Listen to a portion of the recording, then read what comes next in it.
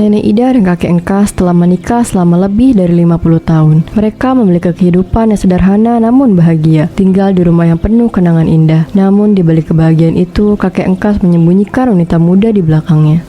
Meskipun rumah ini sederhana, banyak kenangan yang sangat indah bersama anak-anak, tapi mereka sudah memiliki kehidupan sendiri. Kadang aku merasa rindu, tapi mereka jarang datang ke rumah. Masak nasi, Bapak udah lapar, Bu. Gimana sih? Masa iya kita bisa kehabisan beras? Iya Pak, Ibu langsung masak nasi.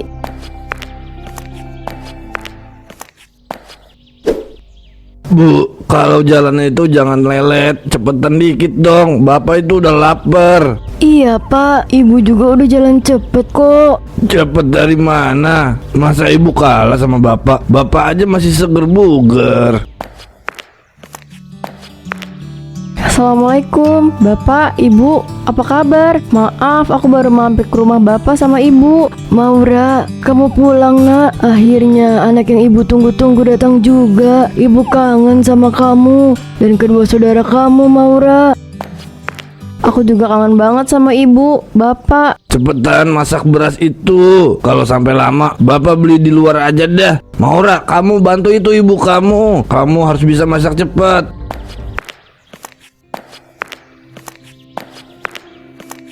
Bu, kenapa Bapak jadi keras gini? Perasaan dulu Bapak itu selalu bersikap baik sama Ibu. Dari dulu Bapak emang sudah seperti ini. Yuk kita masuk. Kamu pasti capek, Maura. Iya Bu, aku capek banget. Bapak memang pria yang perhatian. Namun terkadang Bapak bisa bersikap keras. Tapi aku selalu menganggap Bapak sebagai pasangan hidup yang setia.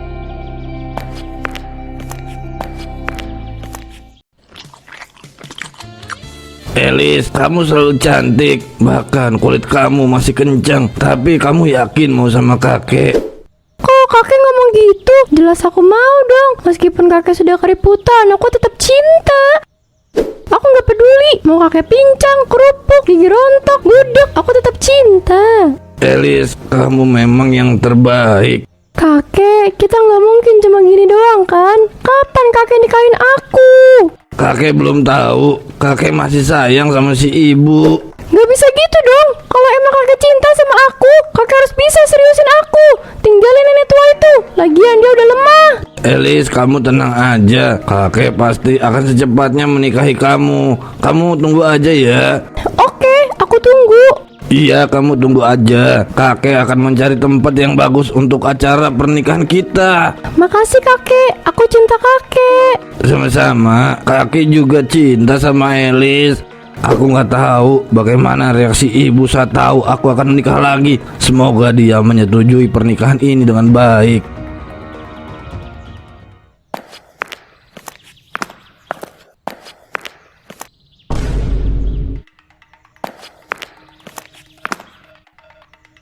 Kakek Engkas emang gak punya malu. Bisa-bisanya berdua di jalanan ini. Kalau ada yang lihat kita gimana coba? Udah tua juga, masih bertingkah. Kakek Engkas, kamu itu masih suami nenek Ida. Berani ya mesra-mesraan di jalanan, mentang-mentang lagi sepi. Bu Una, kok ibu bisa ada di sini? Habis dari mana, Bu? Gak lihat saya bawa apa? Ini lagi, Bu Elis, kenapa mau aja sih? Emangnya kenapa Bu? Kita kan tetangga kampung sebelah. Jadi apa salahnya? Pakai nanya lagi. Bu Elis kenapa mau jadi pelakor? Kakek Engkas itu udah tua, udah buat tanah. Kenapa Bu Elis masih selera? Emangnya kenapa? Aku nggak masalah. Lagi pula kita sama-sama cinta.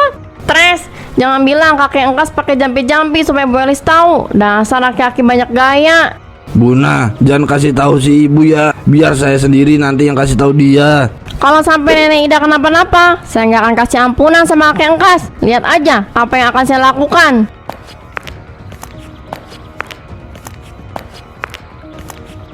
Aduh, kakek sakit. Udah sembuh, pasti nggak bakal sakit lagi. Kita balik lagi ke rumah Elis ya.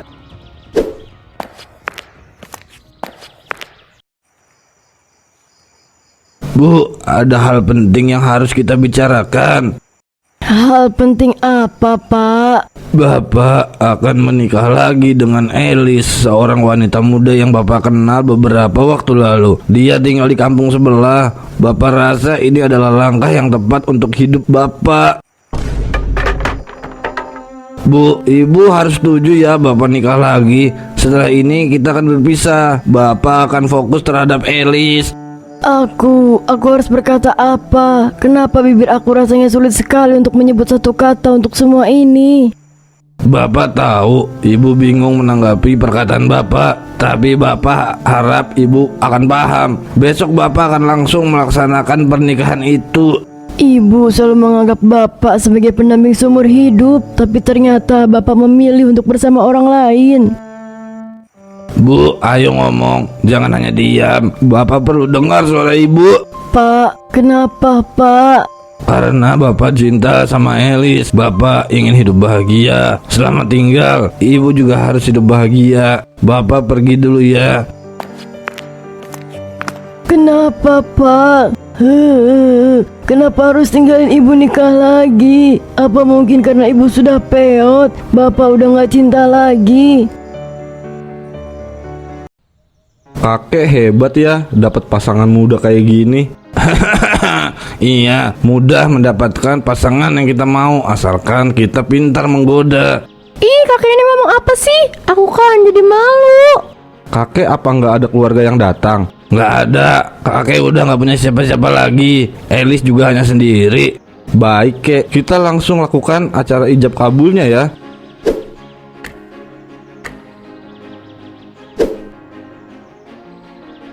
Kakek sama Bu Elis sudah sah menjadi suami istri. Kalian berdua sudah bisa untuk tinggal bersama.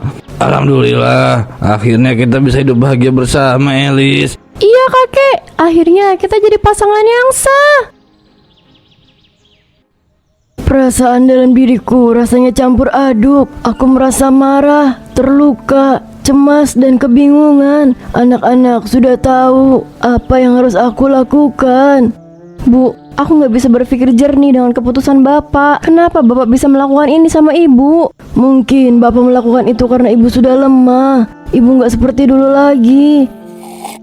Jangan bohong Bu, pasti ada alasan tertentu kenapa Bapak tega ninggalin Ibu nikah. Bu, apa mungkin dari dulu Bapak selalu keras sama Ibu? Kenapa Ibu gak cerita? Kenapa Ibu hanya diam? Ibu kan gak punya HP. Bagaimana caranya Ibu memberitahu kalian? Bu, Ibu jangan sedih ya. Di sini ada kita, anak-anak Ibu. Aku sama suami aku akan pindah ke rumah ini supaya Ibu nggak sendirian. Gak perlu, Ibu masih bisa sendiri. Ibu kuat. Bu, Bapak ada di mana? Aku sama Patir mau kasih Bapak pelajaran. Ibu pasti tahu kan rumah istri kedua Bapak. Iya Bu, kasih tahu aku sama Hasbi. Ibu gak tahu Patir, kalian gak perlu melakukan itu. Biarkan Bapak bahagia dengan pilihannya. Ibu gak apa-apa. Ibu akan hidup bahagia walaupun hanya sendiri. Namun meskipun hatinya terluka, Nenek Ida mencoba untuk tidak menunjukkan kelemahannya di depan orang lain, termaksud di depan ketiga anaknya. Kalian jangan mikirin ibu. Kalian fokus aja sama keluarga kalian. Ibu kuat. Nek Ida, jangan sabar ya. Istri pertama itu harus lebih kuat dari istri kedua. Benar, mungkin kakek Engkos merasa bahagia karena punya istri muda. Tapi kakek Engkos akan menyadari betapa bedanya Nek Ida sama istrinya itu. Betul, Kek Engkos nggak akan bisa menemukan hati, perilaku, sikap yang baik seperti Nek Ida. Istri kedua Kek Engkos akan sangat berbeda. Nenek Ida, kamu harus kuat. Kamu lebih dari sekadar ibu dan istri. Kamu punya banyak hal yang bisa diberikan untuk diri sendiri. Betul itu. Bahkan Nek Ida juga harus bisa bahagia seperti Kak Engkos. Jangan mau sedih seperti ini terus. Aku gak sedih, hanya saja suka teringat kenangan masa lalu bersama Bapak. Dulu kita seharmonis itu, tapi sekarang sudah asing. Terkadang Tuhan membuat kisah hidup kita berjalan dengan seseorang hanya untuk sebagai teman di suatu masa, tapi tidak sebagai pasangan selamanya. Nenek harus move on, kayak anak muda zaman sekarang. Hahaha, iya, aku harus bisa melupakan si Bapak. Dia sudah bahagia dengan wanita muda itu. Kita langsung ke kebun aja yuk. Kita harus mulai kehidupan baru dengan berkebun. Hahaha. Ayo, sudah lama aku gak berkebun.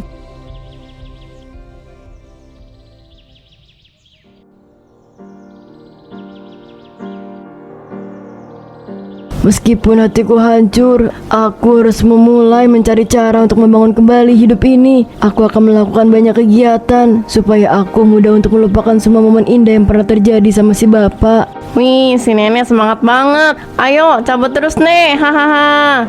Bagus, Nek. Lupakan semua masalah. Mari kita berkebun. Umur boleh tua, jalan boleh lelet, tapi jiwa semangat harus tetap muda. Hahaha, ternyata Nenek Ida bisa bercanda juga ya.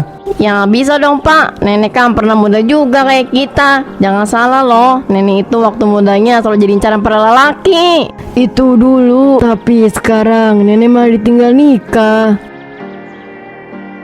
Hidupku belum berakhir, hanya karena si bapak sudah memilih jalan yang berbeda. Aku akan kejar masa yang akan datang, meskipun tubuhku sudah tak kuat lagi.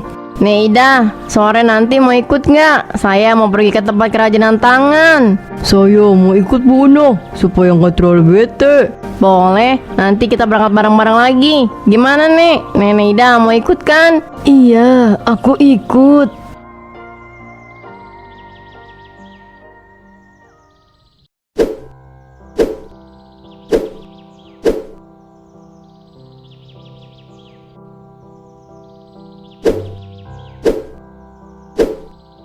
Wanita itu siapa? Saya baru lihat. Apa dia baru ikut gabung? Tapi kerjanya rapi kayak udah ahlinya. Nana suka ya? Pepet aja kek. Kebetulan nih Ida baru aja ditinggal nikah sama Kek Engkas. Waduh, jahat banget. Ditinggal nikah gitu aja. Atau bagaimana? Iya, padahal nih Ida itu ibu dan istri yang baik banget. Tapi Kek Engkas lebih memilih wanita yang lebih muda dari dia. Oh gitu, kasihan ya. Padahal kalau dilihat Bu Ida itu wanita yang cantik. Cie, bawa mau deketin nih. Gaskan aja kek, ajak kenalan dulu.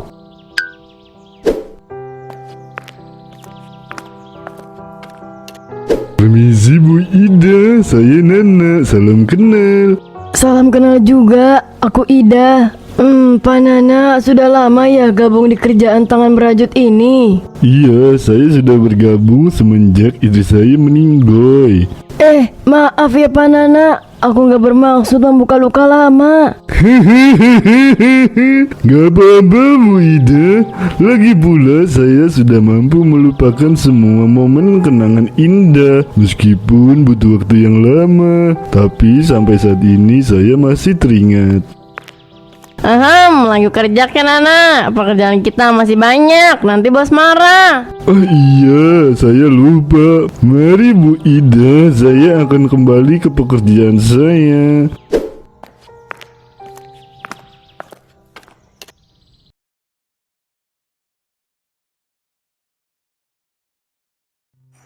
Ibu, sekarang udah beberapa bulan setelah perceraian ibu sama bapak. Aku harap ibu bisa kembali tersenyum seperti dulu lagi. Ibu harus pegang HP ya, supaya kita semua mudah untuk menghubungi ibu. Tapi lebih baik ibu ikut bersama kami. Tapi ibu nggak tahu gimana cara pakainya. Nanti nggak akan meledak kan?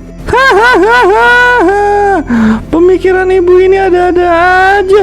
HP itu nggak akan meledak kali Bu. Namanya juga nenek-nenek, mana ngerti ibu kayak ginian. Oh iya Bu, katanya Bu Una, ibu lagi deket sama seseorang ya? Siapa Bu? Kasih tahu kita dong. Kamu ini ngomong apa? Ibu lagi nggak deket sama siapa-siapa. Bu, kita nggak masalah kalau ibu deket sama siapapun itu, asalkan pria itu baik sama ibu.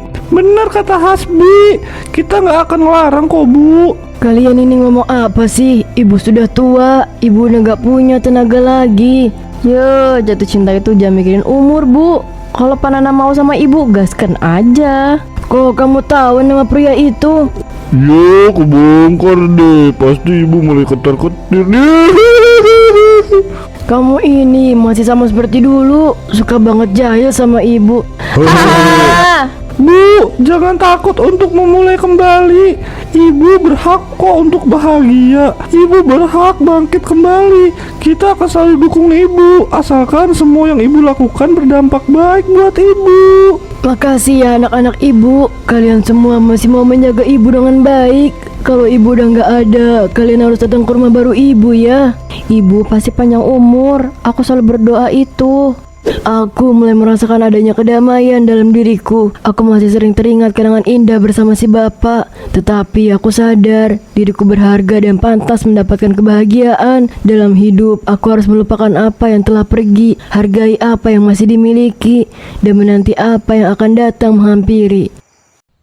Aduh, anak-anak itu bikin kerjaan ibunya bertambah. Padahal aku nggak ngerti cara pakai benda ini. Mungkin anak-anak ibu gak mau kalau hanya menanyakan kabar jarak dekat. Mereka di luar kota. Dengan adanya HP ini akan sangat mudah untuk ibu dan juga anak-anak. Iya Pak Nana, Bapak bener juga. Bu Ida, maaf kalau saya lancang. Ngomong-ngomong, Bu Ida udah bisa lupain Pak Engkos kan? Kenapa Pak Nana bertanya seperti itu? Saya cuma ingin memastikan aja. Siapa tahu Bu Ida belum bisa move on. Hahaha, move on. Kayak anak muda aja. Saya serius. Apa Bu Nana sudah bisa melupakan Pak Engkos? Iya, aku sudah melupakan semuanya. Meskipun sulit, aku akan menghapus semua kenangan indah ataupun kenangan buruk bersama si bapak. Alhamdulillah, ini yang saya tunggu. Bu Ida, saya punya sesuatu buat ibu. Kalung ini untuk aku, Pak. Tapi ulang tahun aku masih lama. Iya, itu kalung buat Bu Ida. Kalung itu peninggalan istri saya. Saya mau Bu Ida yang pakai kalung itu. Aku nggak mau, nanti istri kamu marah. Dia nggak akan marah. Alasan saya memberikan ini kepada Bu Ida karena saya merasa nyaman. Saya tahu hubungan kita belum berkembang lebih jauh, tapi saya ingin serius dengan Bu Ida. Tapi bagaimana dengan anak Panana? Mereka sudah tahu dan mereka menyetujuinya. Jadi apa Bu Ida bersedia jadi istri saya? Terima kasih Bu Ida, saya bahagia sekali. Sama-sama Panana, aku juga merasa bahagia. Aku gak pernah menyangka setelah kehilangan, aku pikir aku tidak akan mendapatkan pengganti atau menemukan cinta lagi. Ternyata aku salah, aku menemukannya. Perkenalan singkat itu membawa kebahagiaan yang selama ini aku tunggu. Tapi aku tak berharap lebih. Aku akan ikuti kehidupan sesuai dengan ketentuan Tuhan. Atur saja bagaimana baiknya, aku akan menjalaninya dengan baik. Aku merasa bahwa aku telah menemukan kembali semangat hidup yang dulu sempat hilang. Aku belajar untuk menerima kenyataan dan memberi diri kesempatan untuk bahagia lagi dengan kehidupan dan orang yang berbeda.